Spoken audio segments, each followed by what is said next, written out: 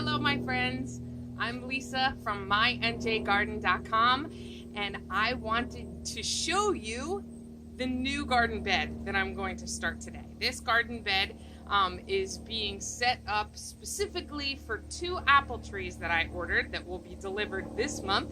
It's November 2017. I am at the Jersey Shore in Bayville in Ocean County, New Jersey. That's planting zone 7A or 6B.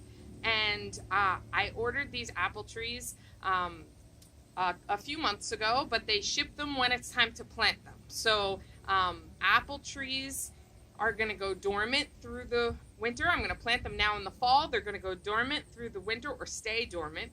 And then in the spring, when everything gets warm and wet and springy, they will come to life and leaf out, and eventually I'll get apples. But before they get here, they'll come bare root with no dirt around no soil around the roots or anything. They're just going to be like sticks with roots. But before they come, I want to prepare the planting area because, as I've said many times before on MyNJGarden.com and in some of my other videos, we have very sandy soil here. So I need to make sure that I'm helping to add organic matter to the soil, which will help retain moisture and nutrients. And I don't want to dig too deeply into the soil. I would rather layer on top of it. This is called no-till gardening. It's also called sheet mulching, lasagna gardening. I want to add organic matter to the top of the soil and let the critters and the worms and the microorganisms pull that down into the soil for me. I don't want to disturb the soil structure, and I want that fungi that's supposed to live in the soil and help plants absorb nutrients. I want that to remain intact and to be able to grow. So, so we layer on top. Instead, I'm going to start by putting down a layer of cardboard over the grass. If you can see the 2 stakes here, that's where the apple trees are going to go. So this is going to be the process. I have all this cardboard here. I'm going to layer that down first. Then on top of that, I'm going to put, this is bedding and some bunny poop from my children's bunny rabbit, our pet bunny rabbit. So they've been cleaning out the cage and I've been kind of stockpiling this material to add to this bed. That's going to be really important. Number 1, you can add vegetarian animal manure to your home gardens. Especially, you want to keep that in mind if they are edible gardens.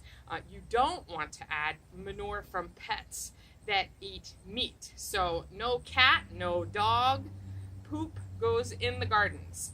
This is bunny poop. He just eats veggies and hay, so that's cool. We can put that in the garden bed. A very dear friend of mine works for Starbucks, and she brought me this big bucket of used coffee grounds from my garden. So cardboard goes down first, coffee grounds, animal bedding. I have compost from my municipality. I went and got that in my pickup truck the other day. I'm going to layer that on there, and then I also have wood chips to top it off. I am going to leave the area right by my stakes open. What I mean by that is I'm not going to cover that part of the soil with cardboard. I'm putting the cardboard all around it, just so that when the trees come, it's easy to dig in that spot and I don't have to move cardboard out of the way. Once the trees are planted, I am going to let that all sit that way all winter long. Snow will get on it and rain, and it'll just become wonderful, rich soil, hopefully, over the next few years. You continue to add layers of organic matter on top of your gardens, and your soil's going to be happy and your plants are going to be happy for it. So I'm going to stop talking. I'm going to get started, and hopefully with the finished video, I'll figure out how to speed up this process so the video doesn't take all day. All right, thanks for tuning in, everybody. I will check in with you at the end.